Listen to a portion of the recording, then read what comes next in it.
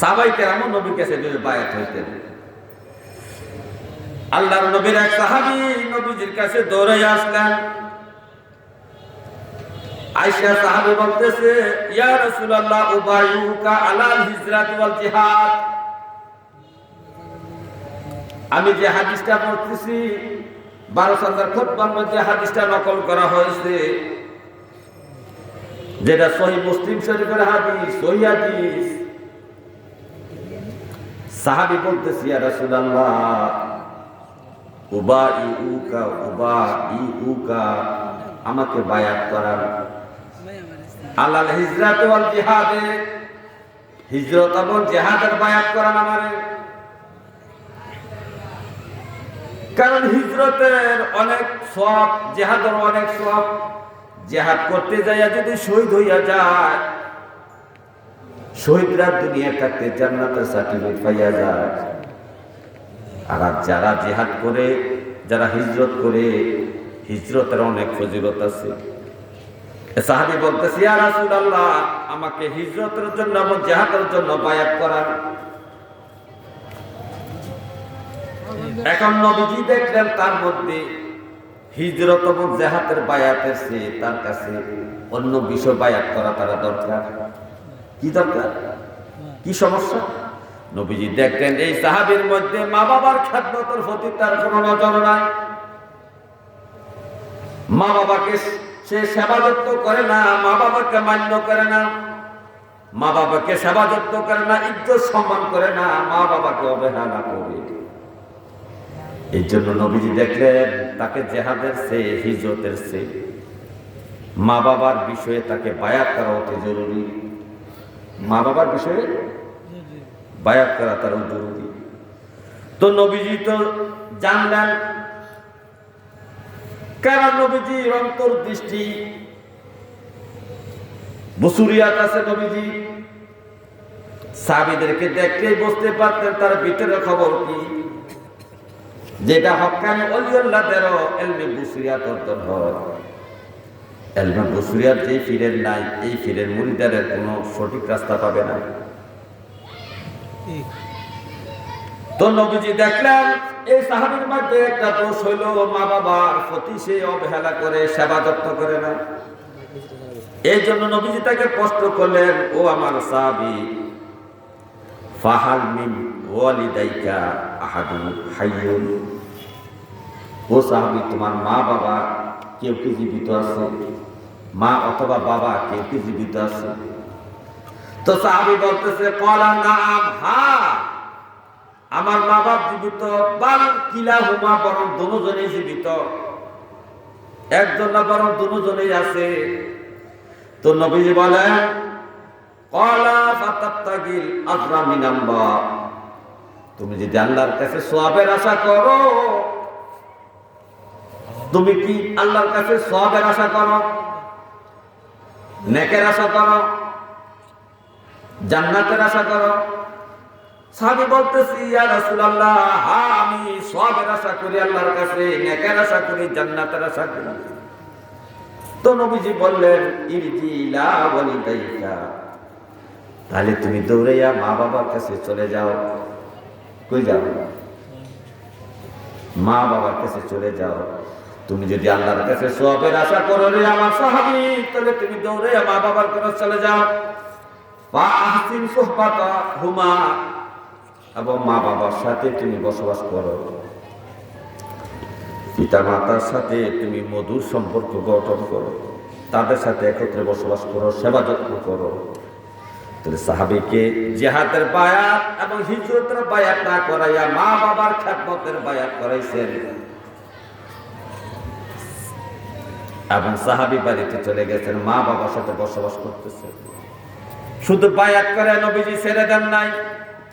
আমার নবী, নবীজির সামনে কোন ব্যক্তি যদি এক সেকেন্ডের জন্য নবীর সামনে আসছেন, নবীকে চেহারাটা দেখাইছেন, 10 বছর পরেও যদি ওই লোকটা নবীর সামনে আসতেন, নবী তাকে চিনতেন, তার বাবার নামও জানতেন, তার নামও জানতেন। নবীজিকে আল্লাহ এমন ক্ষমতা, এমন এলেম দিয়েছেন, ক্ষণিকের জন্য তাকে দেখলেও শুনলেও 10 বছর পরে তার নাম জানতেন, তারা চিনতেন। তো কিছুদিন পরে নবীজি এই যে মা বাবার খেদমতের আমি বায়াত করে তাকে ছেড়ে দিলাম, একটু খোঁজ নিয়ে দেখি না। এই হাদিসের ব্যাখ্যা লেখা হয়েছে, নবীজি খোঁজ নিয়ে দেখলেন যে সত্যি সত্যি সে মা বাবার সাথে বসবাস করতেছে কিনা, মা বাবার সেবা করতেছে কিনা, এটা নবীজি খোঁজ দিচ্ছেন। নবীজি কিন্তু বায়াত করে ছেড়ে দেন নাই, যাকে বায়াত করেছেন তার বাড়ির খবর রাখছেন নবীজি, সে ঠিক মতো মা বাবার সেবা করতেছে কিনা, খেদমত করতেছে কিনা। কিন্তু আজকে আমাদের অবস্থা হইল, আমাদেরকে বায়াত করে ছেড়ে দেয়।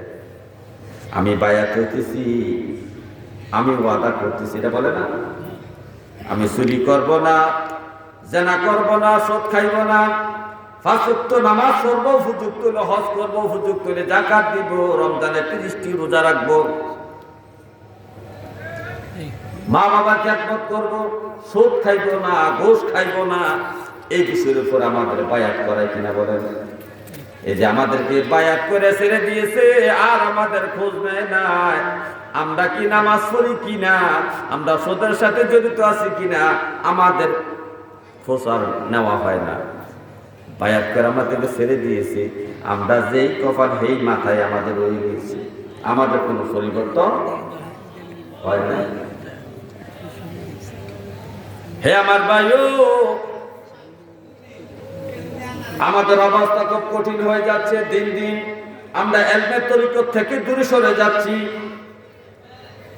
আজকে ইলমের তরিকতের শিক্ষা না থাকার কারণে, ইলমের তাসাউফের শিক্ষা না থাকার কারণে আজকে আমাদের সমাজের মানুষগুলা তরিকতের সিলসিলা মুরিদ হওয়ার পরে স্বভাব চরিত্রের পরিবর্তন হয় না, স্বভাব চরিত্রের পরিবর্তন হয় না, আমলের পরিবর্তন হয় না। আমরা মনে করেছি আমাদেরকে এমনি ছেড়ে দেওয়া হবে না, না ছেড়ে দেওয়া হবে না, আমাদেরকে হাসরে মারতে সবকিছুর বিষয় বিবেক আল্লাহর কাছে জবাবদিহি করতে হবে। নবীজি বলেন, হে আমার উম্মত, বুখারী শরীফের একটা হাদিস হযরত আব্দুল্লাহ ইবনে ওমর বর্ণনা করতেছেন, কুল্লুকুম রাঈন ওয়া কুল্লুকুম মাসউলিন আন রাইয়াতিহি। প্রত্যেকটা মানুষকে তার অধীনস্থ ব্যক্তিদের বিষয়ে আল্লাহর কাছে জবাবদিহি করতে হবে। অধীনস্থ ব্যক্তিদের বিষয়ে, অধীনস্থ যেমন আমার অধীন কে বলেন? আমি ইমাম সাহেব, আমার অধীন কারা? আমার মুসল্লিরা আমার অধীন। আমি মুসল্লির অধীন নয়, মুসল্লি আমাকে বললে আমি মুসল্লির কথা মতো চলবো না, আমার কথা মতো মুসল্লি চলতে হবে। সুতরাং মুসল্লিরা হলো আমার অধীন। এই মুসল্লিদের বিষয়ে হাসরের মাঠে আল্লাহ আমাকে প্রশ্ন করবে, ইমাম সাহেব, এই যে আপনারা 30 জন 40 জন 50 জন 100 জনের ইমাম বানিয়ে দিয়েছিলাম, আমার এই মুসল্লি বান্দাদের হেদায়েতের জন্য, আমল ও জিন্দেগি গড়ার জন্য আপনি ইমাম সাহেব কি করছেন? জবাব দেন। এই যে আপনার মুসল্লি আর তাহিয়াতু পড়তে পারে না, আপনার কি দায়িত্ব ছিল আপনি বলেন? আপনার মুসল্লি যে দোয়া কুনুত পারে না, আপনার মুসল্লি নামাজের মধ্যে দুরূদ শরীফ পড়তে পারে না, আপনার মুসল্লি তাও জানে না কোন ফাও দিয়ে মসজিদে ঢুকতে হবে, মসজিদে ঢুকার দোয়া কোনটা, বাইরে হওয়ার দোয়া কোনটা। আপনার মুসল্লি জানে না ওযুর ফরজ কয়টা, তায়াম্মুমের ফরজ কয়টা, গোসলের ফরজ কয়টা। আপনাকে আমি ইমাম বানাইলাম, আপনার অধীন এরা 2 বছর 10 বছর 20 বছর ছিল, আপনি তাদেরকে কি শিক্ষা দিয়েছেন? জবাব দেন। একজন ইমাম সাহেব যেমন মুসল্লির বিষয়ে জবাব দিতে হবে, একজন পীর সাহেবকে তার মুরিদের বিষয়ে জবাব দিতে হবে। একটা মুরিদ যদি জাহান্নামে যায়, পীর সাহেবের উপায় থাকবে না। মুরিদকে কি শিক্ষা দিয়েছ? কেন মুরিদ জাহান্নামী হইল? মুরিদের খোঁজ খবর কতটুকু রাখছো? তোমাকে জিম্মাদারি দিয়েছিলাম, এই মুরিদের জিম্মাদারি তোমার হাতে দিয়েছিলাম, তাকে তুমি আমলে আখলাকে আমার বন্ধু বানাইয়া দিবা। কিন্তু তাকে কি শিক্ষা দিয়েছ? তার মহলিকাত মুনজিয়াতের কি শিক্ষা দিয়েছ? তরিকতের কি শিক্ষা তুমি তাকে দিয়েছ? তুমি তার কি খোঁজ খবর রাখছ? তুমি যদি তার খোঁজ খবরে না রাখতে পারো, তোমার যদি অন্তর্দৃষ্টি খোলাই না থাকে, তুমি কেন মুরিদ করাইলা? তোমাকে বায়াত করার ক্ষমতা কে দিয়েছে? অন্তর্দৃষ্টি খোলা থাকতে হবে। পীর সাহেব বাড়িতে থেকে মুরিদের হানির খবর জানে, আজকে মুরিদে কি রান্না করছে।